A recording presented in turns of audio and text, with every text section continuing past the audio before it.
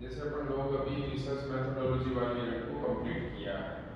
अब इस यूनिट को अच्छे से पॉइंट टू पॉइंट या टॉपिक वाइज जब आपने डिस्कशन किया, उसमें बहुत सारी परिभाषाएं हैं, थ्योरी के बारे में है, हाइपोथेसिस के बारे में है, मान्यताओं के बारे में, जंक्शन क्या लेते हैं।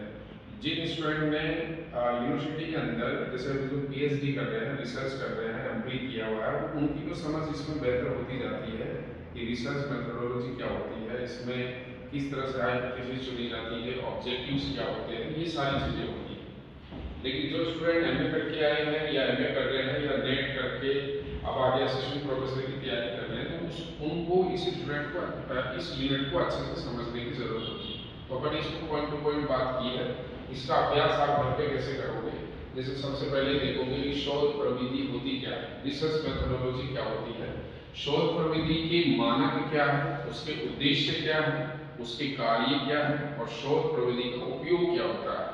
फिर दूसरा जब चैप्टर आएगा तो इसको शोध की प्रकृति क्या है, नेचर ऑफ शोध, नेचर ऑफ रिसर्च क्या होते हैं, उसके गुण क्या है, किस तरह से है, जैसे ईमानदारी है, निष्ठा है, न्याय निष्ठा है, किस तरह से शोध किया जाना चाहिए, पक्षपातपूर्ण नहीं होना चाहिए, उसमें जैसे भ्रांतिपूर्ण विचार नहीं होने चाहिए, पहले से पूर्वाग्रह से ग्रसित शोध नहीं होना चाहिए, इस तरह का उसमें नेचर होता है। फिर शोध के जो अलग अलग टाइप अपन ने पढ़े थे कि जैसे डिस्क्रिप्टिव रिसर्च क्या होता है,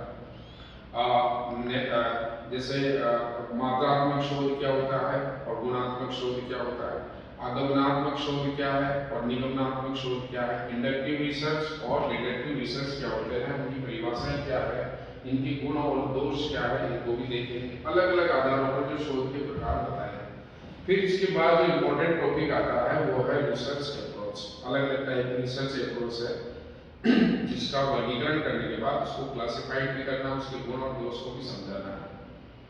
फिर मेजर जो पार्ट आता है, जैसे अपन पीएचडी करते हैं, शौक से लिखते हैं, उसके जो मेजर पार्ट आते हैं, शोध में सहायक, रिसर्च एसोसिएट क्या होते हैं। तो रिसर्च एसोसिएट में सबसे पहला जो पॉइंट आता है वह है शोध समस्या, रिसर्च प्रॉब्लम। यानी जो अपन किसी का टॉपिक जो चुनते हैं, रिसर्च प्रॉब्लम क्या है, उस प्रॉब्लम की पृष्ठभूमि, बैकग्राउंड क्या है, उसके बारे में अपन लिखते हैं। फिर उसके बाद और ज्यादा जानना हो तो दूसरा जो पार्ट आता है वो है रिव्यू ऑफ लिटरेचर, यानी साहित्य की समीक्षा। यानी जिस टॉपिक पर अपन को काम करना है उस टॉपिक से संबंधित जितने भी रिव्यू ऑफ लिटरेचर है, नेशनल इंटरनेशनल स्टेट लेवल पर जितने भी है, उनको अपन को पढ़ना होता है। उसी फायदा होता है, एक तो रिसर्च प्रॉब्लम का बैकग्राउंड पता चलता है, उसके ऑब्जेक्टिव्स का पता चलता है कि रिसर्च के लक्ष्य उद्देश्य आपने क्या रखे हैं। इसके अलावा हाइपोथेसिस फॉर्मेशन कैसे होता है, क्या क्या हाइपोथेसिस रख सकते हैं, शोध के प्रश्न, रिसर्च क्वेश्चन क्या क्या रख सकते हैं, इसका पता होता है। अपन को उस रिसर्च को करने के लिए किस तरह का मेथोडोलॉजी यानी मेथड्स यूज करने हैं उसका पता चलता है। ये सारी चीजें उससे रिसर्च एसोसिएट से अपन को पता चलती है। यानी शोध समस्या, शोध परिकल्पना, इनके बारे में साहित्य समीक्षा से पता चलता है। तो जब शोध समस्या सोल्व हो जाती है, जब अपन ने टॉपिक का चुनाव कर लिया तो संबंधित साहित्य का अध्ययन होता है। उसके बाद हाइपोथेसिस निर्माण होता है। जैसे अलग अलग तरह की परिकल्पनाएं होती है, जैसे नल हाइपोथेसिस और विद्युता परिकल्पना होती है। तो हाइपोथेसिस का फॉर्मेशन होता है। फिर हाइपोथेसिस निर्माण के बाद शोध प्रारूप बनाया जाता है, रिसर्च डिजाइन। यानी एक माइंड में अपन एक प्रारूप बनाते हैं कि 3-4 साल में अपन इस प्रोजेक्ट पे काम करेंगे तो किस तरह के मेथड और तरीके और विधियां अपनाएंगे, तो उसको शोध प्रारूप कहा जाता है। अलग अलग टाइप के शोध के अलग अलग प्रारूप होते हैं, शोध के गुण होते हैं, उन प्रारूपों की अपनी विशेषताएं होती है जिसके बारे में जानना है। फिर इसके बाद शोध की नैतिकता, एथिक्स इन रिसर्च। रिसर्च की भी एथिक्स होती है, पक्षपातपूर्ण नहीं होना चाहिए, न्यायप्रिय होना चाहिए, न्यायदर्शी होना चाहिए, शुद्धता होनी चाहिए, उसमें इस तरह के गुण शोध में होने चाहिए, भेदभाव नहीं होना चाहिए, व्यक्तित्व नहीं होना, वस्तुनिष्ठता उसमें होनी चाहिए, ऑब्जेक्टिविटी उसके पास होनी चाहिए। ये सारे नैतिकता के बारे में भी अपन जानते हैं। फिर उसके बाद आता है शोध की विधियां क्या है और विधि तंत्र क्या है, यानी रिसर्च मेथड क्या है और मेथोडोलॉजी क्या है। शोध विधि में सबसे पहले अपन जाते हैं तो आंकड़ों का संकलन करते हैं, फिर आंकड़ों का संकलन कलेक्शन करने के बाद आंकड़ों का संश्लेषण करते हैं, सिंथेसिस ऑफ डाटा। फिर उसके बाद आंकड़ों का प्रक्रमण करने के बाद उससे निष्कर्ष निकालते हैं, निष्कर्ष निकालने के बाद उन आंकड़ों को लागू करते हैं तो उनका क्या उपयोग हो सकता है, निष्कर्ष क्या हो सकते हैं। इस तरह से विधि तंत्र है। विधि मेथोडोलॉजी में सारी विधियां रीतियां शामिल हो जाती हैं। ये देखेंगे प्राथमिक आंकड़े कहाँ से लिए और द्वितीयक आंकड़े कहाँ से लिए। प्राथमिक आंकड़े के तरीके हैं, फिर उनको फॉर्मुलेशन कैसे करेंगे, कौन कौन से मेथड अपनाएंगे ताकि उनके निष्कर्ष जैसे परिकल्पनाओं की जांच की जा सकती है, ये प्रोसेस होता है। फिर उसके बाद आता है शोध पत्र लेखन। शोध पत्र कैसे लिखेंगे और शोध पत्र लिखने के क्या क्या, जैसे अलग अलग शैलियां होती है। एपीए शैली में कैसे लिखेंगे, एमएलए शैली में कैसे लिखेंगे। ज्यादातर सामाजिक विज्ञानों में जो शैली अपनाई जाती है वो एपीए शैली अपनाई जाती है।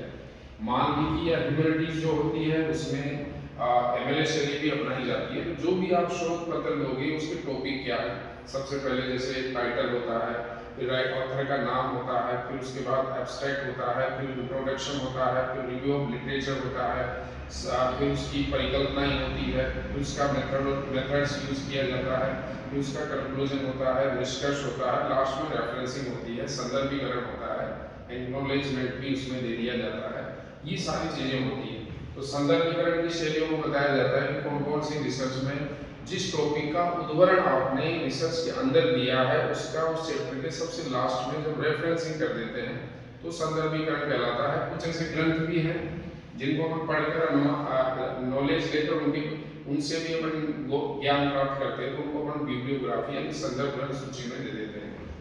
यदि अपन अपनी साहित्यिक चोरी के भी बारे में बात करनी होती है, यदि अपने कहीं से अपन ने मैटर लिया, उदाहरण लिया और उसका रेफरेंसिंग लास्ट में नहीं देते हैं तो वो प्लेजरिज्म कहलाता है, जिसके बारे में अपन को विवरण देना होता है। तो उसके बारे में भी अपन को जानना है। फिर उसके बाद जैसे रिसर्च में जो सिनॉप्सिस है वो कैसे लिखी जाती है, जैसे सिनॉप्सिस का टाइटल लिया, शोध समस्या ली, फिर रिव्यू ऑफ लिटरेचर लिया, फिर हाइपोथेसिस ली, फिर उसके बाद मेथोडोलॉजी लिया, फिर उसके बाद चैप्टराइजेशन किया है, रेफरेंसिंग दिया है। इस तरह से उसको सिनॉप्सिस को कैसे लिखते हैं। फिर डिसर्टेशन कैसे लिखते हैं, उसके क्या क्या टाइटल होते हैं। फिर थीसिस कैसे लिखते हैं, उसके क्या क्या टाइटल होते हैं। थीसिस के सबसे लास्ट में शोध रिपोर्ट कैसे लिखते हैं, उसको उसका पैटर्न भी इसमें देखना होता है।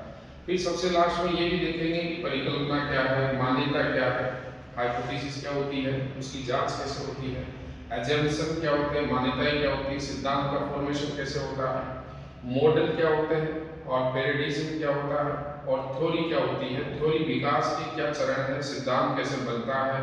ये सारी चीजें अपन ने रिसर्च में टॉपिक टू टॉपिक पढ़ी और इनके क्वेश्चन मैंने आपको दिए हैं जिनको आज आपको घर पे प्रैक्टिस भी करना है। चारों ऑप्शनों को सॉल्व करके समझाना है, फिर इसका अपन टेस्ट भी लेंगे। इस तरह से आप एग्जाम के तौर पर परफेक्ट हो जाओगे। और जो भी स्टूडेंट आपके साथी हैं जो असिस्टेंट प्रोफेसर और नेट जेआर की तैयारी करना चाहते हैं तो होली के बाद यानी लगभग 24 मार्च से अपन ह्यूमन ज्योग्राफी का यानी मानव भूगोल की नई यूनिट भी स्टार्ट हो रही है। तो आपके साथी जो भी ज्वाइन करना चाह रहे हैं इस बैच में वो बात करके ज्वाइन कर सकते हैं। Thank you.